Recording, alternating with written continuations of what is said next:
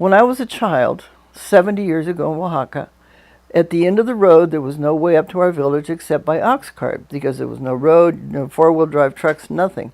So we're riding along in the ox cart one day, and my dad sees a friend, an old friend, Juan, up on the road. So he draws up with the ox cart, has him stop, and he says, Juan, get in the ox cart, let's go to the village.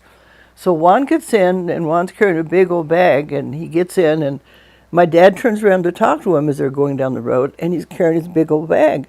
And my dad says, Juan, put down your bag, you're in the ox cart. And Juan says, oh, Don Manis, that was my dad's name. You're doing me such a great favor to carry me. How can I ask you to carry my bag too? And we're like that with God sometimes. We're going along in his ox cart. He's taking care of us, and we got a big old bag of burdens. And he says, I'm caring for you. Put down your burdens. Let them go. So we need to do that. Don't be like Juan and carry your burdens.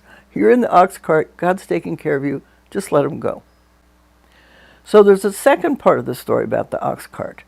And that was that our first house in the village was dirt floor, bamboo walls, and a thatch roof.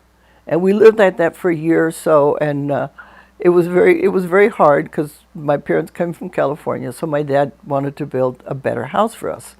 And it was going to have a cement floor and mud walls of adobe and a tile roof.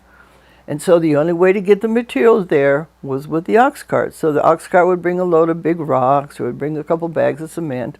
And my dad would say, Jerry, when the ox cart's in the patio, you stay next to a building or a tree, don't go out in the middle. Well, here comes the old ox cart, and smart-ass Jerry, I ran right in front of him and looked up and saw these big old horns. And it scared me. And I got to the other side and turned around, and Daddy was watching.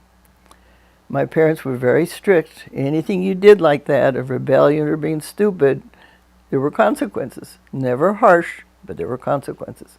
So he was busy. When he got free, he called me over and said, Jerry. So I ran over, running over, and he was big and I was little, and I wrapped my arms around one of his legs and I said, Daddy, I'm sorry. I'm sorry. And he forgave me. I didn't know you could be forgiven. I had thought that if you did something, there was always consequences. And the fact that my dad would forgive me because I admitted it and I said I was sorry, there's such a thing as forgiveness. And I've lived and worked for years among people who are horrible, drug addicts and prostitutes and killers and cartel.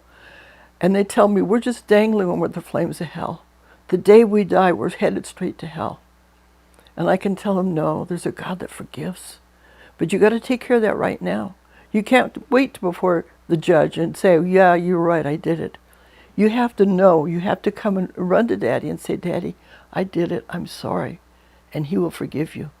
Because if you don't know that you can be forgiven and you're already headed to hell, well, why not keep on stealing and robbing and sleeping with people and killing people and doing evil? You're headed to hell. But if God can forgive you and turn your life around and you can have a fresh start, that is really the good news that we have to share with people. There's a God who forgives. He takes no joy in the death of the wicked. We have a God who forgives, and I learned that running in front of an ox cart.